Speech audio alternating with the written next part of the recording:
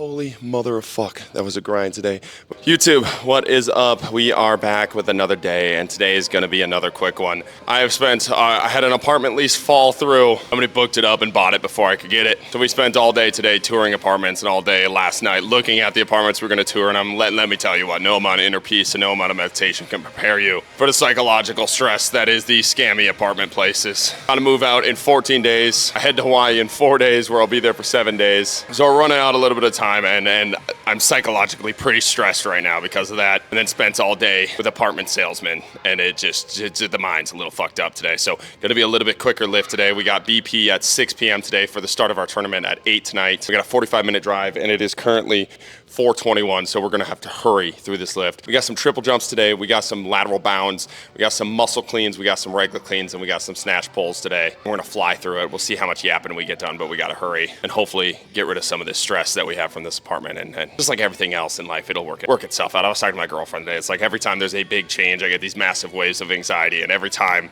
I'm called for one of these big changes, it always works itself out, and nothing ever falls through. And if you just stay on the path, a lot of really good things happen like that. It tends to happen. The universe tends to reward that. Right now, we're stuck in that little bit of stupid ape monkey brain anxiety of a big change. Everything's gonna fall through, and not totally there mentally today, but we're gonna get after these lifts nevertheless. Let's go. All right, so the first thing we got today, we got our 4th set of these crossover bounds. Starting this half kneeling position.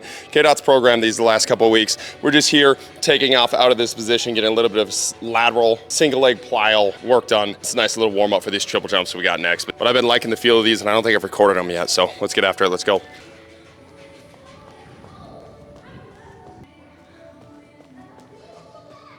All right, then we got these triple jumps, these standing triple jumps. Blaine actually doesn't make any fucking sense on these because he hit 32 feet and I am nowhere near that on these. When I was in high school, I actually joined the track team. It was high school or middle school. It might have been like 8th grade year or freshman year of high school. I had a crush on this girl who was a triple jumper. And basically the only thing that she would talk about was track, and I pretended to be super interested in track, and then I went out for track for that year, for the very first year ever, and told everybody that I was gonna be a jumper just so that I could hang out with this chick. And I went to, I think 1 or 2 practices before the football coach saw me at the practice, and he's like, "What the fuck are you doing? You are not a jumper. You're coming to throw shot put with us." And so I got taken out of the jumpers, taken out of where the girls are, and put in with the throwers, and it was all history from there. After you see these triple jumps, you will see why he took me out of triple jump and put me in the shot put, and it worked out long term. In the moment, I was a little pissed that I had to go hang out with a bunch of other sweaty dudes. I was like, this is the same exact thing as football, just way less fun. But athletically, it was definitely the best decision that I've ever made, because college throwing was an absolute moneymaker for me and my confidence level to go play football. I was ready to quit football my freshman year, and then the similar situation, instead of a girl, one of the defensive linemen on the track team at St. Thomas was like, "You're coming to practice," and I was so scared of him that I couldn't say no, so I got forced into that practice as well, and it was kind of history from there. Even though I sucked at the shot put, I picked up the weight right away and started throwing the hammer and fell in love instantly. So it was the universe calling me to go do something. I was just listening in the wrong way, and was listening down there and thinking about chicks, and then instead of thinking about athletic domination. But we got these triple jumps here. Gonna try and set a little PR, but you'll see quickly why we got kicked off the triple jump team. Let's go. Ooh! We had 25.5. Let's get to 26 today. That'd be sickening. Ooh! 1 inch further. We are 1 inch away from 26 feet. Let's get it on this last one. Ooh! You know, our heels are 1 inch further. We're gonna count that as 26 feet today. Maybe 25.11. Probably more realistic to be 25.11, but now we got a measurement to beat on these. And hopefully next time we do these, we hit 26 pretty easy. Let's get to our cleans. All right, we got our last 2 sets of these muscle cleans into a front squat. Really focusing on keeping those heels flat and driving through those thighs to get that bar nice and vertical with a smooth contact on the hips. Coming up into here, working that front rack, and then squatting through. We got 2 more sets here. We had 5 sets of 3 total. This is our 4th set. Let's rip.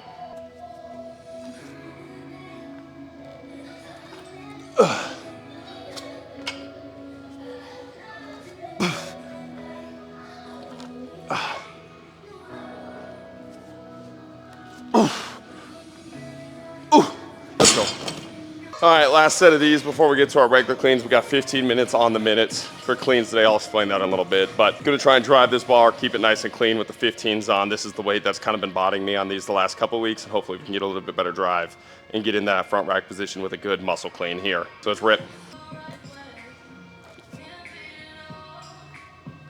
Ooh.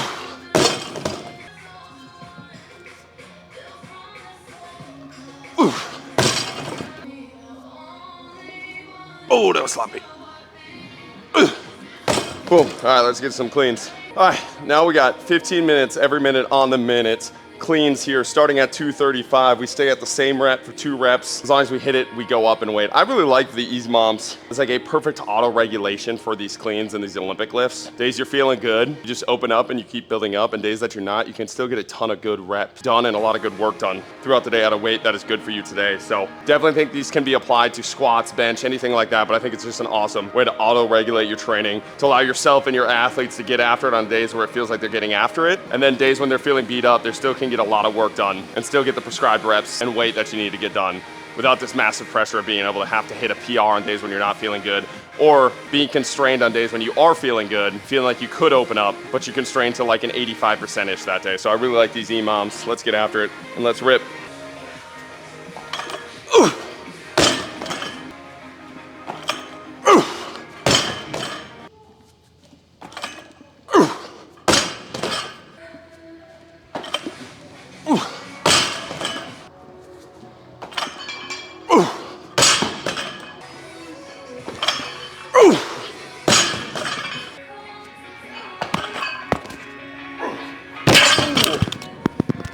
Almost just absolutely smashed my mic. There we go. That's better.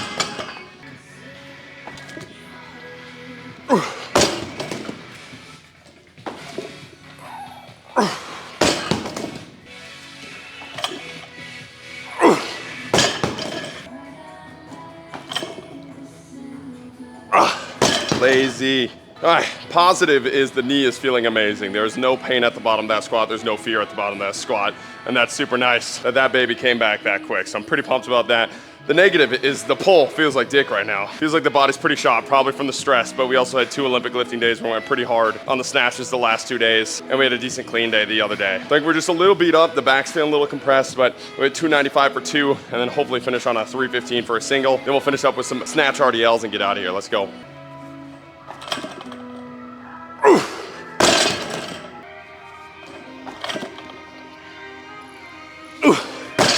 Woo.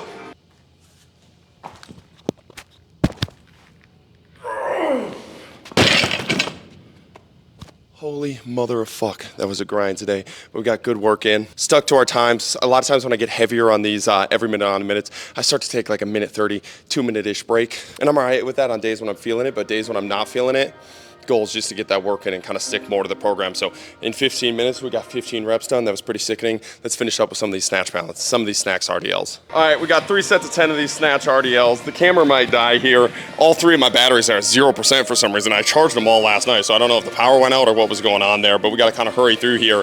One of the questions that I got asked, is there any mandatory Olympic lifts for high school athletes, or what I would do with high school athletes when it comes to the Olympic lifts? And I really just think you have to look at it as a stimulus-based thing. I think a lot of strength coaches start with the exercise and then build their program around the exercise, rather than starting with the goal stimulus of that day and what you want to get done that day and what you want to get done in that program and what you want to get done in that block, and then building out your exercises and picking your tools to kind of fit those exercises. I don't think high schoolers are required to do Olympic lifts. I don't think any athletes are required to do Olympic lifts. I think it is a stimulus and it is a tool that you can use to accomplish the goal stimulus of that day. So you have a high force day or a high contact type day, cleans are going to fit in perfectly. If you have a block where you really want to build that up with athletes, cleans and snatches fit perfectly there. But you can also sub other exercises in for that stimulus. Again, you're not stuck with the Olympic lifts. And if you have an athlete that can't figure it out, or even if an athlete can't figure it out, I think you just have to look at these Olympic lifts as stimulus that can provide. And I think there's a lot of good stimulus there, regardless of the technical proficiency of the lifts. Obviously, the technical proficiency of the lift can get better as you do them. I just think when you get into the thought process of it takes too long to coach it, you disregard the potential stimulus that you get done while you learn these things, and you really lose sight of the goal of the program. The goal is not to make them a better Olympic lifter. The goal is to get them better at handling force and creating force and becoming a little bit more resilient. And I think Olympic lifts can be a great tool for that. I just don't think they're required. And we have a lot of our high school athletes and a lot of our online athletes that are doing none of these Olympic lifts, and we just sub in different stimuluses and different tools to get that goal stimulus done for the day.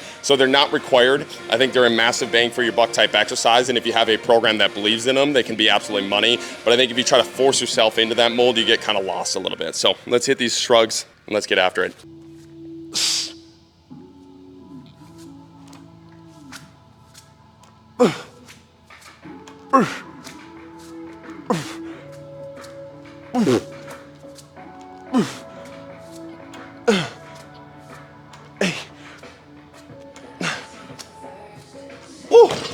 All right, second set here, let's rip.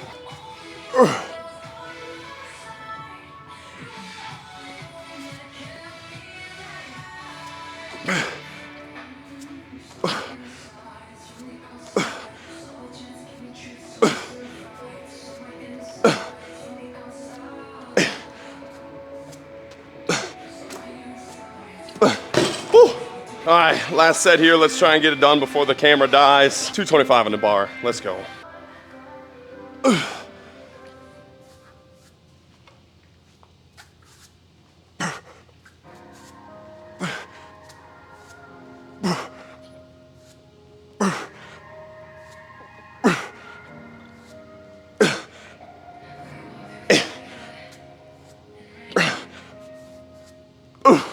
Woo! That's a good fucking day. That's a good stress relief. Appreciate you guys watching. Keep chopping wood.